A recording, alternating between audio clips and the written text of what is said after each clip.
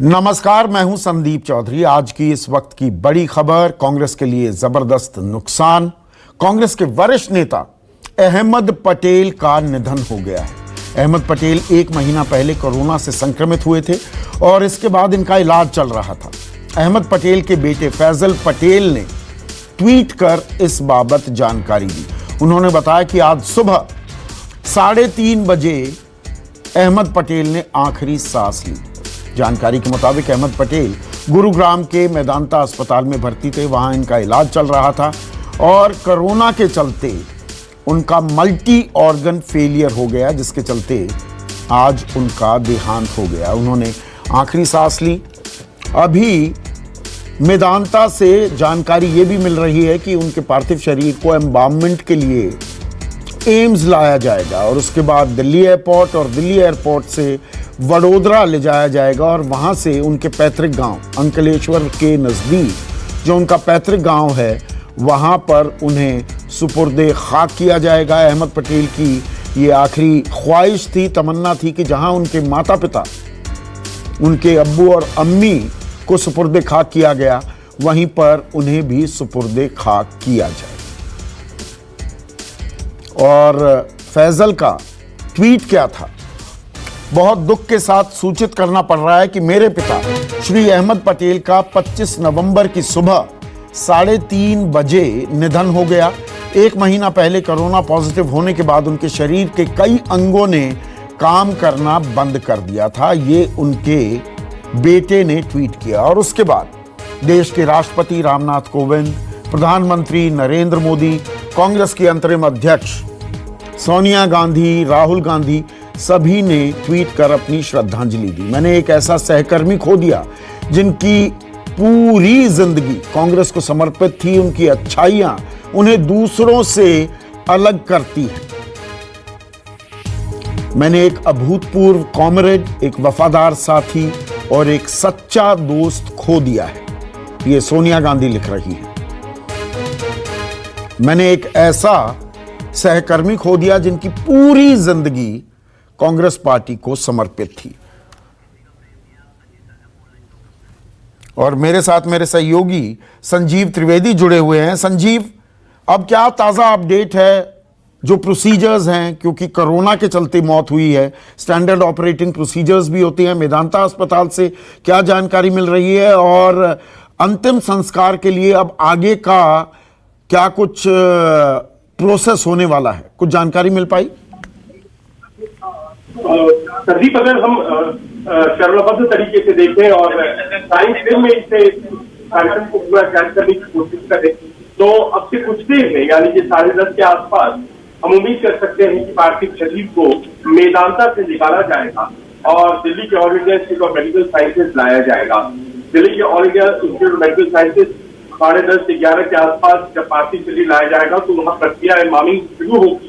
और ये प्रक्रिया इसलिए शुरू हो रही है क्योंकि शरीर को दिल्ली से इसके पैतृक स्थान ले जाया जाना है, गुजरात के, और इसीलिए इस प्रक्रिया अमूमन 1.5 से 2 घंटे लगते हैं इस प्रक्रिया में। और उसके बाद दिल्ली एयरपोर्ट ले जाया जाएगा और एक आकलन ये है कि दिल्ली एयरपोर्ट पर 1 से 2 के बीच उनका पार्थिव शरीर पहुंचेगा। इसके बाद वहां से एक स्पेशल फ्लाइट के जरिए उन्हें वडोदरा ले जाया जाएगा, जो कि भरूच के नियरेस्ट एयरपोर्ट है। और भरूच में ही उनका पैतृक स्थान है, अंकलेश्वर में, जहां उन्हें सुपुर्दे खाक किया जाएगा। तो वडोदरा से त्रिपुरी 1 से 1.5 घंटे में पूरी की जाएगी। तो कुल मिलाकर ऐसा लगता है कि 4 बजे के आसपास अध्यक्ष वो हो सकते हैं, उनका पार्थिव शरीर अंकलेश्वर पहुंचेगा, जिसके बाद प्रक्रिया जो होती है सुपुर्दे खाक करने की, उसमें अंजाम दिया जाएगा। ये दिन भर का कार्यक्रम आज बहुत से नेता असम जाने वाले थे, क्योंकि कल तरुण गोगोई को अंतिम क्रिया होनी है असम में, लेकिन ऐसा लग रहा है कि जैसे उसके पहले ही अचानक से जो खबर आई है, बहुत से लोग गुवाहाटी जाना था, उसके पहले उन्हें अंकलेश्वर जाना था। और ये देखिए, हम इस संकट काल, संक्रमण काल, आपदा काल में हैं, कोरोना में।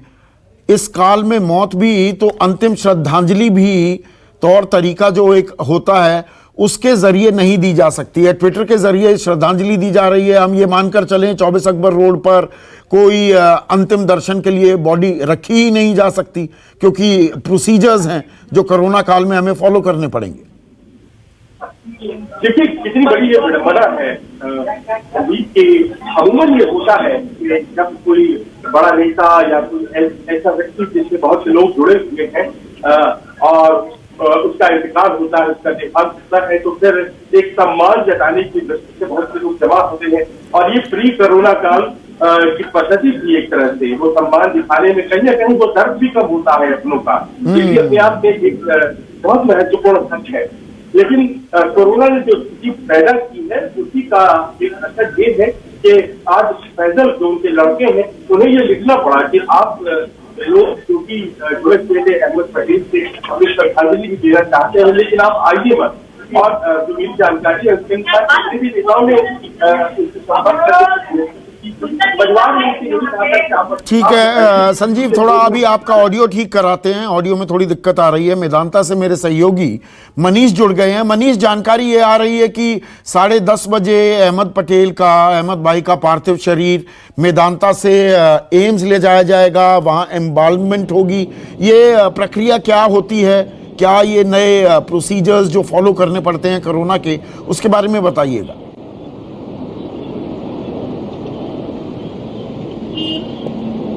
बिल्कुल संदीप जी, मैं आपको बता दूं कि मेदांता अस्पताल के बाहर जहां मैं खड़ा हूं, अभी मैं अंदर गया था रिसेप्शन एरिया पे, और वहां मुझे कांग्रेस के नेता मुकुल वासनिक मिले जो कि वहां पे बैठे हुए, और कई ऐसे उनके शुभचिंतक अहमद पटेल के वो भी वहां पे बैठे हुए हैं। और जो कागजी प्रक्रिया है उसको वो पूरा किया जा रहा है यहाँ से पार्थिव शरीर को ले जाने को लेकर। और मुझे जो जानकारी दी गई जो मेदांता अस्पताल के हवाले से कि उनके पार्थिव शरीर को एम्स ले जाया जाएगा जहाँ के इम्बामिंग की जाएगी।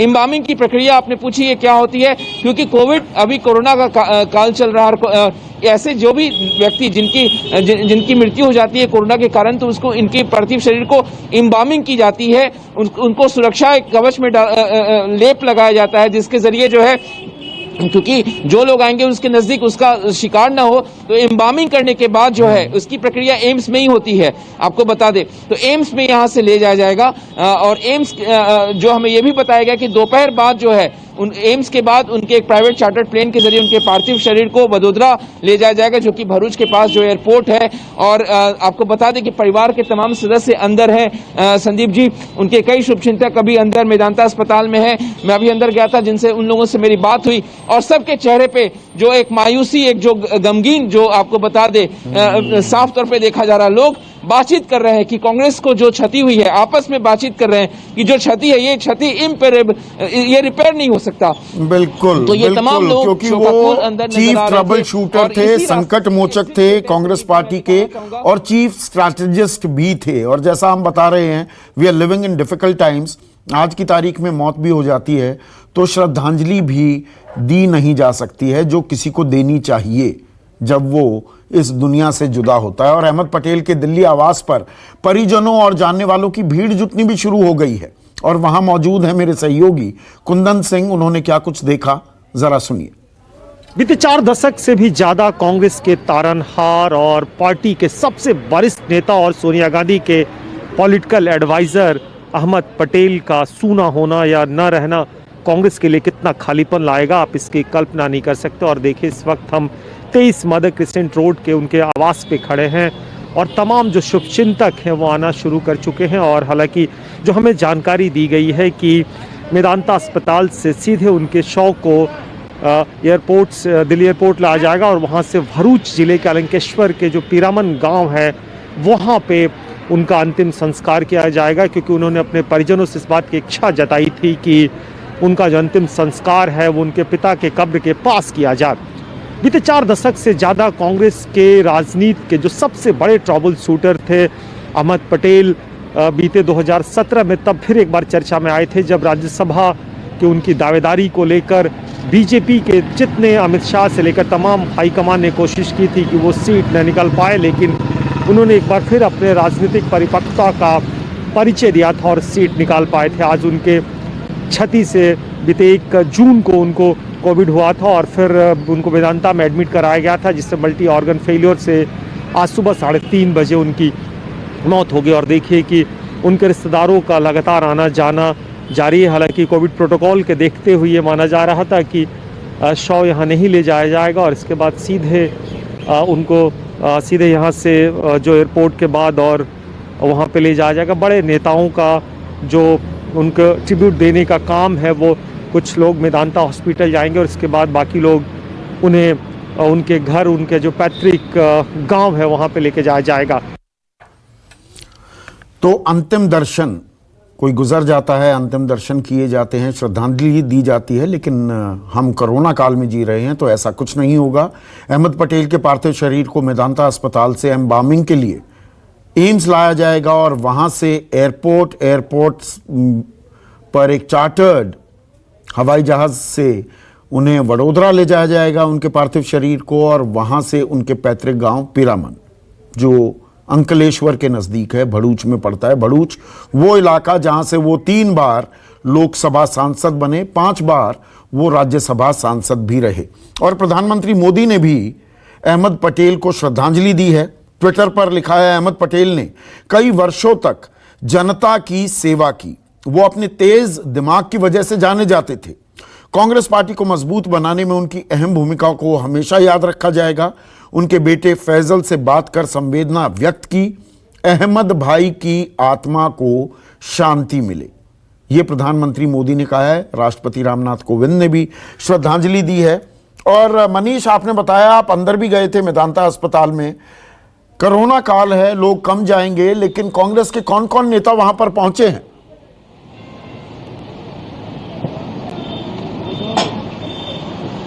देखिए संदीप जी, मैं अंदर गया था तो मुझे वहां पे मुकुल वासनिक मिले और उनके आसपास करीब 10-12 लोग और मिले, जो कि उनके अहमद पटेल के शुभचिंतक बताए जाते हैं। लेकिन वरिष्ठ नेता में वहां पे मुकुल वासनिक थे, उनसे भी मेरी बात हुई और एक तो काफी उनके चेहरे पे मायूसी नजर आ रही थी। और बाकी जो उनके शुभचिंतक थे अहमद पटेल के, उनके भी चेहरे पे लोग, मैं जब गया तो वहां पे आपस में लोग बात कर रहे थे, फोन पे बात कर रहे थे, लोगों को बता रहे थे कि ये कमी अब पूरी नहीं हो सकती, कांग्रेस को एक बहुत बड़ी क्षति है। और मुकुल वासनिक से मेरी बातचीत, उन्होंने कहा कि इनका पार्थिव जो शरीर है वो सुपुर्दे खाक गुजरात में ही किया जाएगा और दोपहर बाद जो है उनके पार्थिव शरीर को यहाँ दिल्ली से गुजरात ले जाया जाएगा। लेकिन अभी जो मेदांता के जरिए जो मुझे जानकारी मिली कि मेदांता अस्पताल से पहले एम्स ले जाया जाएगा, जहां पे उनके पार्थिव शरीर की एम्बामिंग की जाएगी। ये प्रक्रिया एम्स में ही की जाती है और उसके बाद एक चार्टर फ्लाइट के जरिए गुजरात ले जाएगा। लेकिन मुकुल वासनिक, आपको बताऊं, आपने पूछा कौन बड़े नेता है, तो अभी फिलहाल मुकुल वासनिक है। लेकिन ये जानकारी आ रही है कि गुलाम नबी आजाद, कपिल सिब्बल, ये तमाम लोग जो हैं, ये बड़े नेता, उनके जो निवास स्थान है 23 मदर टेरेसा क्रिसेंट मार्ग जो है, वहां पे वो लोग पहुंचे हैं अपनी श्रद्धांजलि देने के लिए। और अहमद पटेल के जो पुत्र हैं वो अभी मेदांता अस्पताल में ही मौजूद है।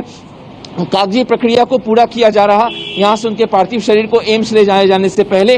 और जाहिर तौर पर ये तमाम प्रक्रिया जैसे पूरी होती है, माना जा रहा है कि अगले आधे घंटे में उनके पार्थिव शरीर को मेदांता अस्पताल से एम्स ले जाया जाएगा। संदीप जी, हमारे साथ हमारी editor in chief Anuradha Prasad भी जुड़ गई हैं। 40 साल का जो राजनीतिक करियर रहा है उसमें एक लंबे अरसे इन्होंने ट्रैक किया है, फॉलो किया है अहमद पटेल की राजनीति, उनके तौर तरीकों को।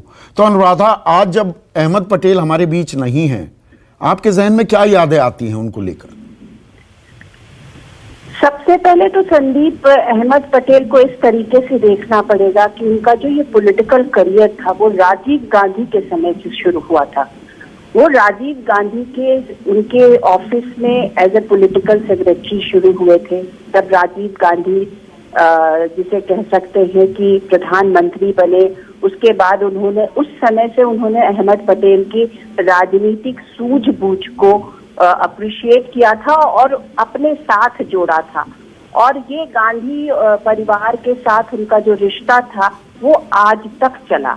तो सबसे पहले तो इसको ये देखना पड़ेगा, राजीव गांधी जब ऑपोजिशन में थे तब भी अहमद पटेल उनके साथ जुड़े हुए थे। जब वो राजीव गांधी की मृत्यु हुई उसके बाद सोनिया गांधी के साथ अहमद पटेल एक साए की तरह थे। सोनिया गांधी का हर डिसीजन, जब वो ऑपोजिशन मतलब जब वो पार्टी की प्रेसिडेंट बनी, जब उन्होंने 2004 का इलेक्शन लड़ा, सारी जगह पे अहमद पटेल उनके जैसे करता धरता होते हैं वो आप उसे शायद हनुमान शब्द कहना अतिशयोक्ति होगी, लेकिन वो उसी तरीके के थे, उनके सारे काम को वो करते थे। जब 2004 में जब सरकार बनी यूपीए 1 की, उस समय भी वो जैसे एक संकट मोचक के रूप में थे। मनमोहन सिंह जी चूंकि वो एक टेक्नोक्रेट ब्यूरोक्रेट थे और प्रधान भारतीय यहाँ के हमारे देश का प्रधानमंत्री होना अपने आप में बहुत सारी चीजों को लेके चलना पड़ता है। उसमें भी मनमोहन सिंह और सोनिया गांधी दोनों ऐसे लोग थे जिनका पॉलिटिकल अनुभव जो था वो या प्रैक्टिकल पर पॉलिटिकल अनुभव जो था वो कम था, और उसकी जैसे कहते हैं बिल्कुल गठजोड़ जो था उसको चलाने में अहमद पटेल का सबसे बड़ा हाथ था। उसके बाद तमाम ऐसे डिसीजंस थे जो पॉलिटिकल डिसीजंस थे। अगर आपको याद होगा न्यूक्लियर डील पर जिस तरीके से सरकार गिर रही थी, सरकार को बचाना तो वो तमाम पॉलिटिकल डिसीजंस जो थे वो अहमद पटेल करते गए और उसमें और परिपक्व होते गए। बहुत मेहनत करते थे। आप उनको रात के 2 बजे भी फोन कर सकते थे, आप उनको 3 बजे भी फोन कर नहीं। उनकी अनुराधा एक खास बात थी, और मैंने कांग्रेस ऐसे कोई औपचारिक तौर पर कवर नहीं की, पर उनसे अगर बातचीत होती थी, उनको फोन भी किया, आपने दोपहर में फोन किया, वो नहीं उठा पाए तो रात को 1-1:30 बजे, और वो 1-1:30 बजे का जो आपने जिक्र किया है ना, वो एक खासियत थी। 1-1:30 बजे फोन आएगा, आप फोन कर रहे थे, कोई खास बात? वो हमेशा कॉल बैक किया करते थे, अवेलेबल होते थे, चाहे वो पॉलिटिकल वर्कर हो या मीडिया पर्सन हो या कोई भी हो। देश के कांग्रेस पार्टी के का कोई भी किसी भी वक्त उनको फोन करता था, वो भले एक दिन में ना रिस्पॉन्ड कर पाए लेकिन 2 दिन बाद वो करते जरूर थे। ये उनकी खासियत थी। उनकी राजनीति पर मैं बात करूंगा, 1 मिनट अनुराधा, राजनीति पर भी आते हैं, लेकिन जो आपने कहा ना कि वो हर एक व्यक्ति के लिए अवेलेबल थे, पर उनकी कांग्रेस के लिए देखिए अहमियत कितनी थी। सोनिया गांधी, श्रद्धांजलि, किसी की मौत होती है हर कोई श्रद्धांजलि देता है, लेकिन श्रद्धांजलि में क्या कहा जाता है? सोनिया गांधी कहती हैं, I have lost N irreplaceable comrade, a faithful colleague and a friend. Friend शब्द पर मेरी नजरें गड़ी। प्रियंका गांधी भी क्या कहती हैं? Ahmed ji was not only a wise and experienced colleague to whom I constantly turned for advice and counsel, he was a friend who stood by us. वो दोस्त की भूमिका में एक दोस्त को भी श्रद्धांजलि दी जा रही है यहाँ पर। नहीं, बिल्कुल बिल्कुल। अगर संदीप हम लोगों ने जिस तरीके से राजनीति को देखा है, तो जब राजीव गांधी की मृत्यु हो गई, उसके बाद पूरे गांधी परिवार को समेट के रखने में 4-5 लोगों की जो अहम भूमिका थी, अहमद पटेल उसमें सबसे आगे थे। क्योंकि उस वक्त अगर आपको याद होगा तो Mrs Gandhi was not in politics. Rahul Gandhi और प्रियंका दोनों हाई स्कूल के स्टूडेंट और कॉलेज में के स्टूडेंट थे। तो उस वक्त जो पूरे परिवार को एक जिसे कहते हैं ना सहारा देने वाली जो बात थी, उसमें आप पीछे खड़े हो कि हाँ आपके तरह कोई रॉक की तरह खड़ा है, उस तरीके से अहमद पटेल खड़े थे। और हर उस पर मिसेस गांधी को उनकी राय लेती थी कि किस तरीके से किस चीज को करना है। तो वो एक 3-4 साल का वक्त था जब तक Mrs Gandhi, Sonia Gandhi active politics में नहीं आई थी। तो उस वक्त के दौर में भी अहमद पटेल पूरे परिवार के साथ उसी तरीके से खड़े थे। और उसके पीछे एक बड़ी वजह है जो ये विश्वास भरोसा, राजनीति में ये शब्द कम ही इस्तेमाल होता है, जो ये विश्वास या भरोसा जगा पाते थे अहमद पटेल। क्या उनकी राजनीति की अनुराधा एक यूएसपी ये भी थी कि राजनीति में जो भी आता है, आप मुझसे बेहतर जानती हैं, वो कोई मंत्री पद चाहता है, वो प्रधानमंत्री बनना चाहता है या मुख्यमंत्री बनना चाहता है, कोई ना कोई लालसा होती है। अपने 40 साल के राजनीतिक जीवन में वो 8 बार सांसद तो रहे, लेकिन कि भाई मुख्यमंत्री बनना है या मंत्री बनना है, मुख्यमंत्री बनवाए मंत्री बनवाए, लेकिन खुद उससे पीछे रहे। ये उनकी राजनीति की यूएसपी थी क्या? संदीप, आपको एक वाकया का जिक्र करूंगी कि अहमद पटेल जी से एक बार मतलब ऐसे ही किसी सोशल फंक्शन में बात जैसे होती है तो मैंने ये पूछा भी था कि आप सबको बनवाते हैं लेकिन आप पद नहीं लेते, ये नहीं लेते। तो पहले तो वो हंसे और हंस के पहले टाल गए, फिर भी मैंने कुरेदा, क्योंकि मैंने कहा कि मैं देखिए मुझे ये समझने की जरूरत है कि Ahmed Patel, what ticks Ahmed Patel, exactly, you know this was my question. Ahmed Patel तो बोले कि I don't know what ticks Ahmed Patel, but I know one thing for sure कि I have given myself to the party and I have given myself to the Gandhi family and that is what ticks me। तो ये मतलब बड़ी अजीब सी बात है कि राजनीति में आपने उसका चरम देखा है, क्योंकि अहमद पटेल क्या हम लोगों ने देखा है कितने सारे चीफ मिनिस्टर रात में बैठे रहते थे 10 मिनट की मीटिंग के लिए। ये भी देखा है कि कितने सारे देश के केंद्रीय मंत्री रहते थे। तो वो सब पावर तो था, लेकिन he was power behind the throne. हाँ, प्रत्यक्ष तौर पर सत्ता नहीं ली, परोक्ष तौर पर थी, वो चाबी उनके पास थी। ऐसे में एक आखिरी सवाल अनुराधा, देखिए आज की तारीख में कांग्रेस के अंदर अंतर्कलह चल रही है। G23, वो गुलाम नबी आज़ाद हों, पी चिदम्बरम हों, कपिल सिब्बल, व्यवस्था पर, तौर तरीकों पर बड़े सवाल उठ रहे हैं। ऐसे में ओल्ड गार्ड का वैनगार्ड अगर मैं कहूं, वो अब नहीं है अहमद पटेल। कांग्रेस के लिए अहमद पटेल का इस वक्त पर जाना क्या मायने रखता है? मुझे लगता है बहुत बड़ी क्षति है, क्योंकि he was like a adhesive person, जिसे कहते हैं ना कि वो फेविकॉल की तरह थे, सबको जोड़ लगे थे। तो ये एक बहुत, क्योंकि वो सबकी बात सुन लेते थे। और एक बात उनकी जो सबसे बड़ी खासियत थी कि एक बिहार और यूपी में शब्द है कि बात को पेट में पचा जाना। तो वो बात को पेट में ही used to digest it everything, तो किसी की भी बात इधर से उधर नहीं होती थी। And that is why he was the biggest source of information. तो किसी पॉलिटिकल पार्टी को चलाने के लिए ये सबसे इम्पोर्टेंट होता है कि आपके पास हर तरीके का, हर तरफ का सोर्स हो, आपके पास वो इंफॉर्मेशन हो जिसके बेसिस पे आप अपनी पार्टी को होल्ड करते हो। तो अहमद पटेल के पास बेसिस ऑफ इंफॉर्मेशन अथाह था, हर कोई जाके उनसे अपनी बात कर पाता था, ये उनकी खासियत थी। बहुत बहुत शुक्रिया अनुराधा। अभी आपको मेदांता लिए चलते हैं। मेदांता में अब किसी भी वक्त उनके पार्थिव शरीर मेदांता से एम्स के लिए रवाना होने वाला है। मनीष, कोई ताजा अपडेट?